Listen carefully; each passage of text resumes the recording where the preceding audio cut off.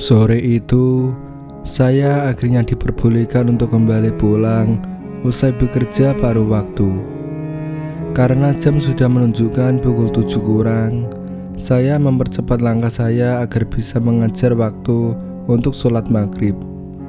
Entah karena tidak fokus atau kelelahan, tanpa saya sadari tiba-tiba saja saya berpapasan dengan sebuah keluarga yang entah datang dari mana. "Baru pulang, Pak?" tanya ibu tersebut.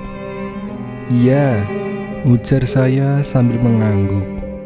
"Mau kemana, Bu?" saya bertanya balik. Ibu itu tidak menjawab pertanyaan saya.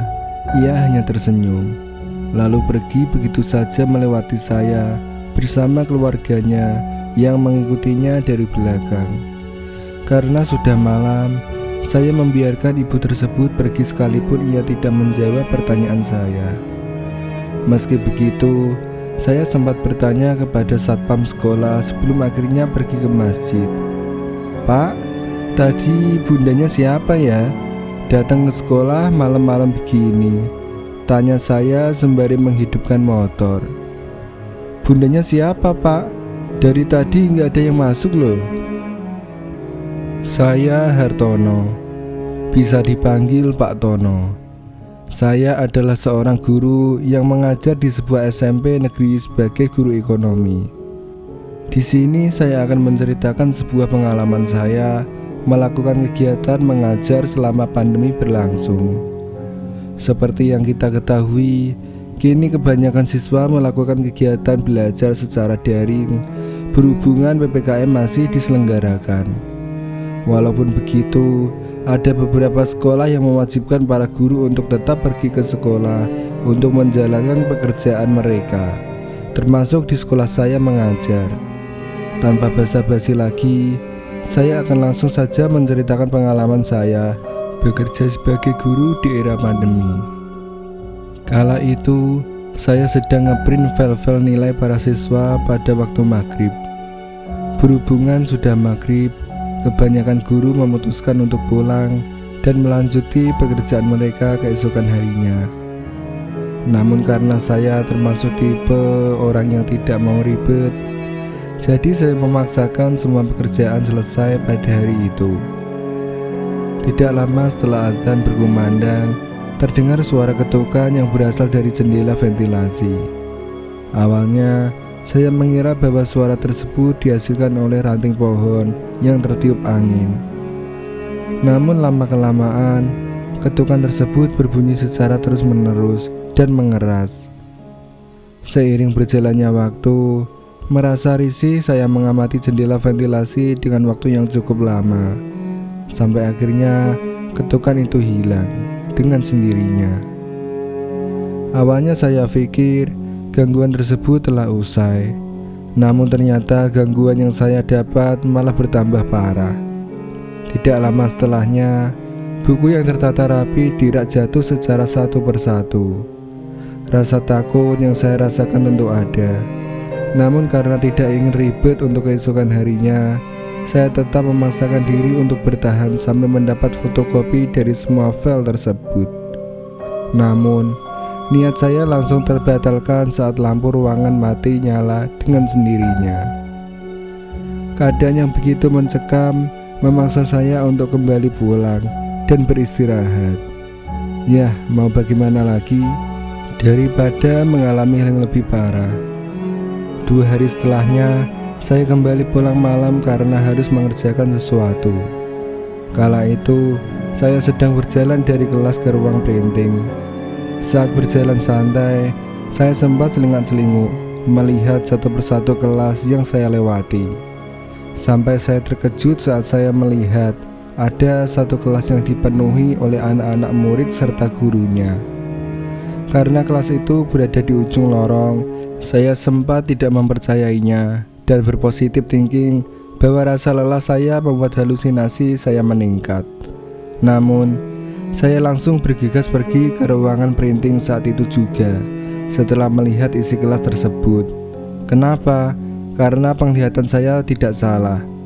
Di kelas tersebut diisi oleh para siswa dan siswi berseragam sekolah dengan guru yang sedang duduk di meja belajar. Namun kali ini tidak berkepala. Kejadian ini terjadi pada malam hari ketika saya masih berada di sekolah. Yang selanjutnya adalah gangguan dikala sedang mengajar.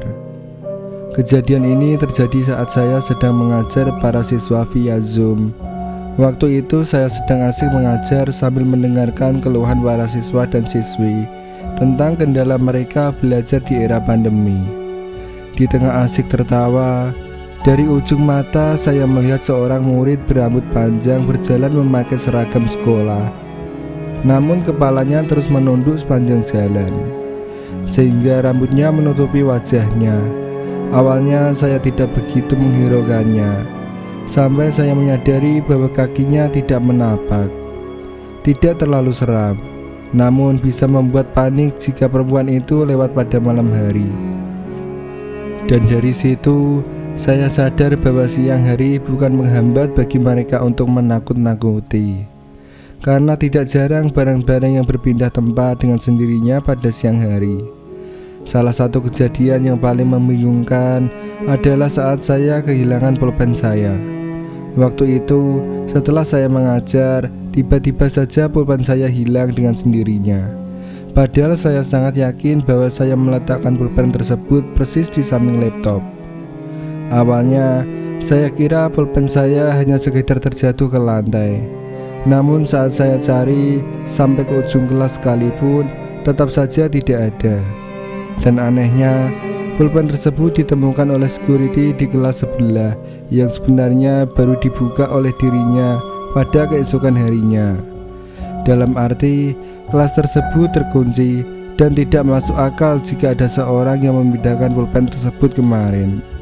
Saya juga pernah melihat sebuah bola basket yang memantul dari ujung lorong sekolah, seolah ada seorang anak basket yang sedang bermain dengan bola basket tersebut. Dan terakhir, sebelum saya menutup cerita saya ingin menceritakan satu cerita seram yang mungkin tidak akan bisa saya lupakan sampai kapanpun. Malam itu, saya sedang bekerja lembur di ruang guru sendirian. Dan tiba-tiba saja, kepala sekolah saya datang menghampiri sambil bertanya tentang pekerjaan saya. Kala itu beliau bertanya, "Ini tugasnya sudah selesai atau belum?" "Belum," jawab saya singkat. Karena tidak ingin berlama-lama, saya kembali melanjuti pekerjaan saya yang entah kapan selesainya.